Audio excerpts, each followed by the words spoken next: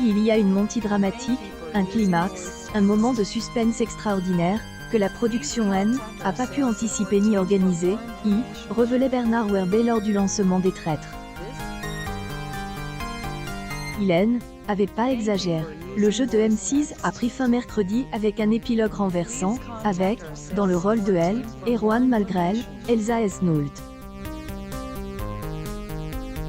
La comédienne et chanteuse était convaincue que les traîtres y étaient Bernard Werber et Bruno Sanche.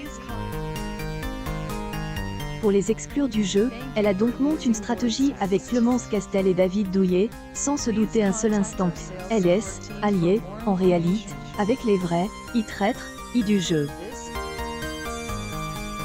Lors de la révélation finale, elle est tombée des nues, ce qui a donné lieu à un excellent moment de télévision. Mais la morale est sauve.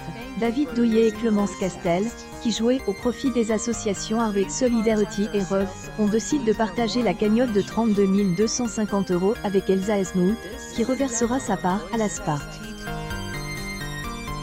Lorsque, au dernier tour de table, je me suis rendue à elle, évidence que j'y étais parmi les traîtres, je suis tombée de 150 000 étages. Plein de choses me sont passées par la tête. J'y ai mis beaucoup de temps à redescendre tellement l'émotion était intense. Ce que j'y trouve formidable, c'est la puissance du jeu. Je me suis laissé prendre à mon propre piège. Sur le moment, je me suis dit qu'on était moque de moi mais aussi que était magnifique parce que ceux en qui j'y avait confiance ont fait confiance. On et fait confiance mutuellement et on amène tous les trois en finale. J'y avait les larmes aux yeux, j'y étais au bout de ma vie, je me disais que ce était pas possible. Et vu que Clémence et David aussi avaient les larmes aux yeux. Ils se disaient, la pauvre, elle va nous en vouloir. Alors, non, je ne leur en veux pas. Dès que la dernière séquence a été tourne, cela est extraordinaire, Clémence et David sont immédiatement venus me voir et ont dit, cette finale, c'est, et nous trois. Et grâce à toi si on est arrivé là, on partage la somme avec toi pour ton association, La a fait pleurer encore plus. Ils on prouve qu'ils étaient vraiment des amis, il y avait de la sincérité. Ce sont des personnes incroyables, que je garderai toujours dans mon droit d'auteur. Le jeu a duré 6 jours, du matin au soir, était intense et, pour moi, Clémence et David ne pouvaient pas être les traîtres. Ils étaient mes amis.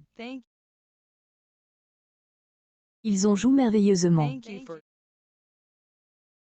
J'y arrivais à les croire, dans leurs doutes et tout cas. Pensais plus en danger qu'autre chose. Je me disais qu'il fallait que je les protégeais. Le pire, et que je me revois en train de leur dire, ne vous inquiétez pas, je gère la situation, tout va bien. Ils ont dû se régaler. Et qu'à le pire. Même lorsque la logique mathématique était implacable et qu'il ne restait pas suffisamment de joueurs pour qu'au moins un des deux ne puisse pas ne pas être, traître, je ne pouvais pas le concevoir.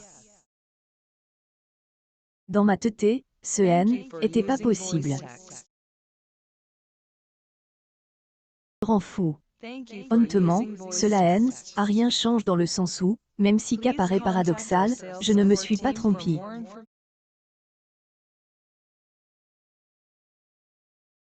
Le rôle des traîtres, mais je ne me suis pas trompée sur elle, humain. Et eu raison de leur faire confiance, ils ont tenu parole sur les votes et moi de même. Et sentais bien, je me suis fiée à mon instinct. Pas du tout. Et être sincère dans ma démarche puisque je me disais que j'y allais emmener mes amis en finale. Je leur ai raconte ma stratégie, on est assure de notre solidarité. En fin de compte, qu'à marche. Personne ne attendait à ce genre de finale, moi la première.